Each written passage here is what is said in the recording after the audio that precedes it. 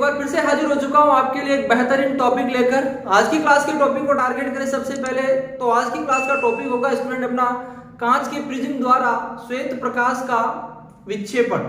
श्वेत प्रकाश का वर्ण विक्षेपण किस प्रकार होता है, किसी कांच के प्रिज्म के द्वारा कांच का प्रिज्म श्वेत प्रकाश को किस प्रकार विभिन्न रंगों में विभाजित करता है, किस प्रकार उसका वर्ण स्पेक्ट्रम अपने को प्राप्त होता है, किस प्रकार पर्दे के ऊपर उसका वर्ण स्पेक्ट्रम वर्ण रंगों का विभिन्न क्रम अपने को प्राप्त होता है, वो रंगों का क्रम किस आधार पर व्यवस्थित होता है, क्यों इस प्रकार की संरचना अपने को प्राप्त होती है, प्रिज्म इन रंगों को प्रिज्म प्रकाश को इन रंगों में विभाजित क्यों करता है, क्या कारण है, तो ये सब आज की क्लास में अपन जानने वाले हैं। पीछे की क्लासेज में अपन ने प्रिज्म द्वारा प्रकाश का अपवर्तन पढ़ लिया अच्छी तरह और प्रिज्म सूत्र ज्ञात कर लिया है। प्रिज्म द्वारा दो क्रियाएं होने वाली थी, उन दो क्रियाओं में से एक क्रिया प्रिज्म द्वारा प्रकाश का अपवर्तन हो गया जिसमें प्रकाश का विचलन भी अपन ने ज्ञात किया है। आज की क्लास में दूसरी क्रिया अपन पढ़ने वाले हैं। दूसरी क्रिया है प्रिज्म द्वारा प्रकाश का विक्षेपण या परिक्षेपण। तो शुरू करते हैं आज की क्लास। मैं हूं आपका फिजिक्स गुरु श्रीराम यादव। फिजिक्स की ऑनलाइन क्लासेज में आप सभी का फिर से हार्दिक स्वागत करता हूं स्टूडेंट। तो टॉपिक शुरू करें। आज का टॉपिक है आपका क्या है स्टूडेंट, श्वेत प्रकाश द्वारा कांच के प्रिज्म द्वारा श्वेत प्रकाश का वर्ण विक्षेपण या परिक्षेपण भी कह सकते हैं। डिस्पर्शन ऑफ लाइट क्या होता है ये आज की क्लास में अपन डिस्कस कर रहे हैं। तो यहां पर स्टूडेंट यह चीज अच्छी तरह जानते हो आप लोग कि क्या श्वेत प्रकाश होता है वो विभिन्न रंगों से मिलकर बना होता है, या फिर ये कह सकते हो स्टूडेंट कि सूर्य का जो प्रकाश होता है उसे ही श्वेत प्रकाश कहते हैं। सूर्य के प्रकाश को ही श्वेत प्रकाश कहते हैं। एक एकवर्णीय प्रकाश होता है जिसमें केवल एक ही रंग होता है, लेकिन सूर्य का जो प्रकाश होता है उसे श्वेत प्रकाश कहते हैं। अब इस श्वेत प्रकाश को अपन एकवर्णीय प्रकाश क्यों नहीं कह रहे हैं, क्या कारण है कि सूर्य के प्रकाश को श्वेत प्रकाश कह रहे हैं, एकवर्णीय प्रकाश नहीं कह रहे हैं। इसका मतलब सूर्य के प्रकाश को श्वेत प्रकाश कहा है तो इसका मतलब कुछ ना कुछ इसमें है। कुछ ना कुछ का मतलब क्या है वो इस क्लास में जान रहे अपन। कुछ ना कुछ श्वेत प्रकाश में है, इस कारण से एकवर्णीय प्रकाश नहीं कह रहे हैं। अब इसमें कुछ ना कुछ वो क्या रह गया, क्यों इसे एकवर्णीय प्रकाश नहीं कह रहे हैं, सूर्य के प्रकाश को श्वेत प्रकाश ही क्यों कह रहे हैं, इसका कारण इस क्लास में डिस्कस कर रहे हैं अपन। क्या है इसका कारण? इसका कारण है सीधा सा स्टूडेंट, क्योंकि जो श्वेत प्रकाश होता है उस श्वेत प्रकाश में 7 रंग मौजूद होते हैं, 7 रंग उपस्थित होते हैं जिनको अपनी आंखों के द्वारा देखा जा सकता है। उन 7 रंगों को यदि श्वेत प्रकाश में 7 रंग उपस्थित है तो उन 7 रंगों को आंखों द्वारा स्पष्ट देखा जा सकता है। सही है। तो यहां पर प्रिज्म के ऊपर एक कांच का कोई प्रिज्म लेते हैं, उस प्रिज्म के ऊपर यदि श्वेत प्रकाश को आपतित करा दिया जाए तो सूर्य के प्रकाश को यदि आपतित करा दिया जाए तो क्या होगा। एकवर्णीय प्रकाश नहीं ले रहे हैं, श्वेत प्रकाश ले रहे हैं, सूर्य का प्रकाश ले रहे हैं। ये ध्यान रखना स्टूडेंट, सूर्य का प्रकाश श्वेत प्रकाश यदि किसी कांच के प्रिज्म पर आपतित कराते हैं तो यहां पर देखो एबीसी के रूप में एक कांच का प्रिज्म है अपने पास है। इस कांच के प्रिज्म पर एक श्वेत प्रकाश पुंज है जो इसके ऊपर आपतित हो रहा है। ये श्वेत प्रकाश पुंज इस प्रिज्म के ऊपर आपतित होता है तो जब ये प्रिज्म के अंदर अपवर्तित होता है तो ये अपवर्तित होकर जब इसे निर्गत होता है तो निर्गत होने पर ये श्वेत प्रकाश किरण प्राप्त नहीं होती है। इस श्वेत प्रकाश किरण के स्थान पर एक 7 रंगों का पुंज प्राप्त होता है, 7 रंगों का एक वर्ण क्रम प्राप्त होता है। इसका मतलब जब श्वेत प्रकाश इस प्रिज्म पर आपतित हो रहा है तो प्रिज्म द्वारा इस श्वेत प्रकाश को इन 7 रंगों में या इसके अवयवी रंगों में विभाजित कर दिया जाता है। श्वेत प्रकाश में 7 रंग मौजूद होते हैं। इसको यहां पर आगे की क्लास इसी क्लास में डिस्कस करने वाले हैं आगे कि मौजूद है, कैसे मौजूद है, क्या प्रूफ है इसका प्रूफ मैं दूंगा आपको। आगे एक्सपेरिमेंट करेंगे इसी क्लास में, जिस एक्सपेरिमेंट में ये प्रूव हो रहा है कि ये 7 रंग सूर्य के प्रकाश में मौजूद है स्टूडेंट। सही है। तो यहां पर श्वेत प्रकाश जब कांच के प्रिज्म पर आपतित होता है तो कांच के प्रिज्म द्वारा इस श्वेत प्रकाश को इसके अवयवी रंगों में विभाजित कर दिया जाता है। और इस घटना को क्या कहते हैं? इसी घटना को कहते हैं स्टूडेंट अपन प्रकाश का विक्षेपण। प्रकाश का परिक्षेपण जो है, प्रकाश का जो विक्षेपण है, वो यही घटना है। डेफिनेशन नोट करो स्टूडेंट, इसकी डेफिनेशन क्या है? डेफिनेशन है कि जब श्वेत प्रकाश पुंज किसी कांच के प्रिज्म पर आपतित होता है तो प्रिज्म द्वारा श्वेत प्रकाश पुंज को अवयवी रंगों में विभाजित करने की घटना को प्रकाश का विक्षेपण कहते हैं। सही है? श्वेत प्रकाश पुंज का प्रिज्म द्वारा अवयवी रंगों में विभाजित करने की घटना को प्रकाश का वर्ण विक्षेपण कहते हैं। सही है? अब यहां पर ये 7 रंग यदि इससे विभाजित हो रहे हैं तो इन रंगों का क्रम क्या होगा? तो देखो स्टूडेंट, यहां पर यदि अपन देखें तो लाल रंग का जो प्रकाश होता है, लाल रंग का प्रकाश कांच में अधिकतम चाल से गति तय करता है। सही है?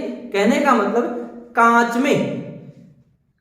में लाल रंग के प्रकाश की जो चाल होती है वो सबसे ज्यादा होती है, और बैंगनी रंग के प्रकाश की जो चाल होती है वो सबसे कम होती है।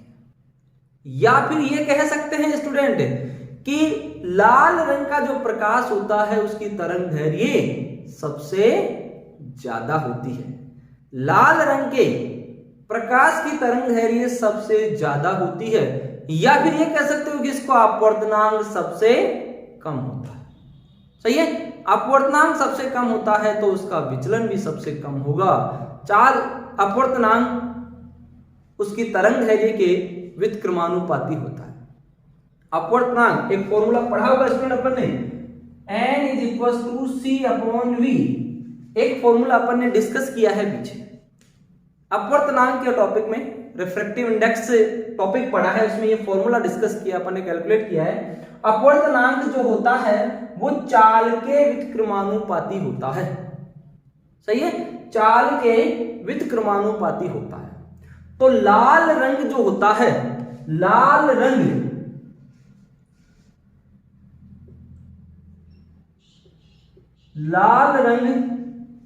और एक बैंगनी रंग की बात कर रहे हैं। पहले लाल रंग की बात करें, लाल रंग की तरंग दैर्घ्य अधिक होती है और इसकी चाल वो भी अधिक होती है। ये दो चीजें लाल रंग के लिए सबसे ज्यादा होती है। ठीक है? चाल सबसे ज्यादा है तो इस फॉर्मूले के अनुसार उसका अपवर्तनांक सबसे कम होगा। अपवर्तनांक लाल रंग के लिए सबसे कम होता है। यदि बैंगनी रंग की बात करें स्टूडेंट अपन, बैंगनी रंग के लिए क्या होगा? बैंगनी रंग की तरंग दैर्घ्य कम होती है। तरंग दैर्घ्य कम है तो उसकी चाल भी कम होती है।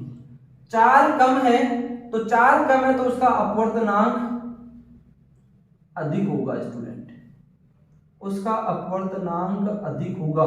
ये इंपॉर्टेंट चीजें, छोटे क्वेश्चन है स्टूडेंट, ये ध्यान रखना अच्छी तरह दिमाग में कि लाल रंग की तरंग दैर्घ्य और चाल सबसे ज्यादा होती है और बैंगनी रंग की तरंग दैर्घ्य और चाल सबसे कम होती है।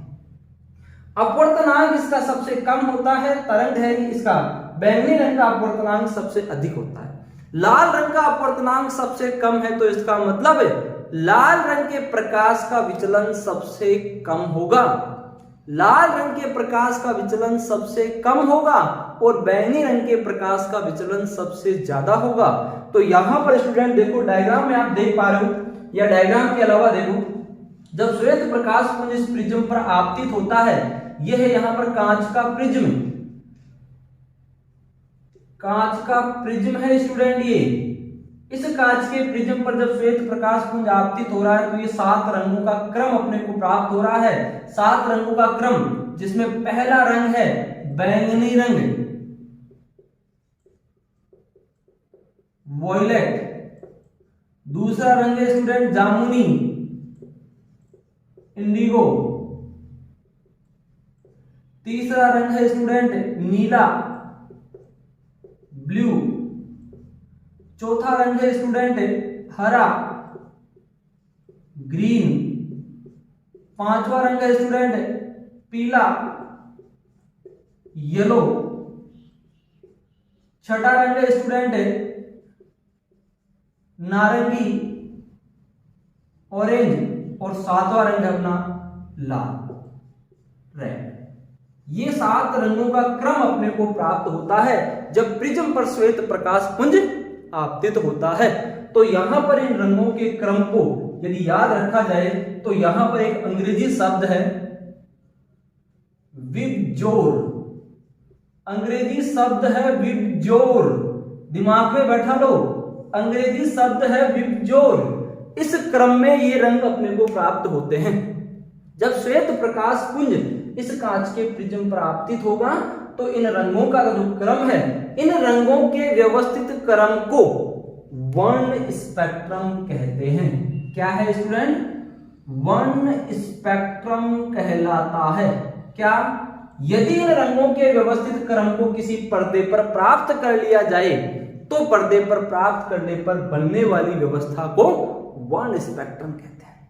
सही है, वर्ण स्पेक्ट्रम। और यहां पर इस स्पेक्ट्रम को प्रकाश का दृश्य स्पेक्ट्रम भी कहते हैं।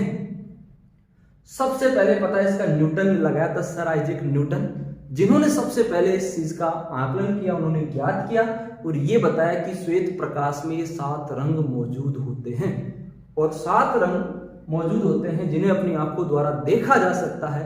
इस कारण इस स्पेक्ट्रम को उन्होंने नाम दिया दृश्य स्पेक्ट्रम। इसके बाद अनेक वैज्ञानिकों ने इस पर खोज चालू की। उन्होंने जब खोज चालू की तो उन्होंने ये ज्ञात किया कि ये जो श्वेत प्रकाश का जो स्पेक्ट्रम है, ये स्पेक्ट्रम लाल रंग से बैंगनी रंग तक ही सीमित नहीं है, बल्कि लाल रंग से ऊपर और बैंगनी रंग के नीचे भी ये स्पेक्ट्रम प्राप्त होता है। लेकिन वो स्पेक्ट्रम आंखों के द्वारा नहीं देखा जा सकता, इस कारण उस स्पेक्ट्रम को अदृश्य स्पेक्ट्रम कहते हैं। इसका डिस्कशन आगे विद्युत चुंबकीय तरंगों का टॉपिक है अपना लेसन 8, उसमें अच्छी तरह वो डिस्कस करने वाले हैं स्पेक्ट्रम के बारे में। यहां पर इन रंगों के क्रम को वर्ण स्पेक्ट्रम कह रहे हैं, जिसको याद रखने का ये अंग्रेजी शब्द है क्या? विबजोर। इस विबजोर की सहायता से इसे याद रखा जा सकता है।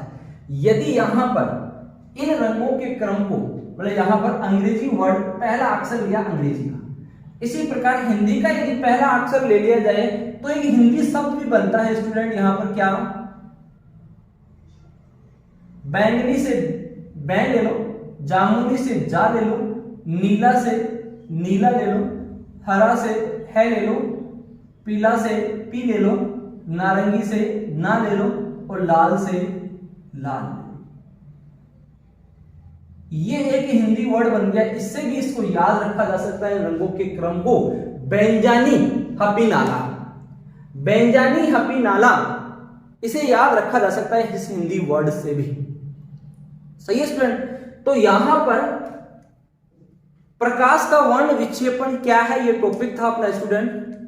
प्रकाश के वर्ण विक्षेपण में ये चीज स्पष्ट हो गई है कि श्वेत प्रकाश जब किसी प्रिज्म पर आपतित होता है तो प्रिज्म द्वारा उस श्वेत प्रकाश को अवयवी रंगों में विभाजित करने की घटना को वर्ण विक्षेपण कहा जाता है।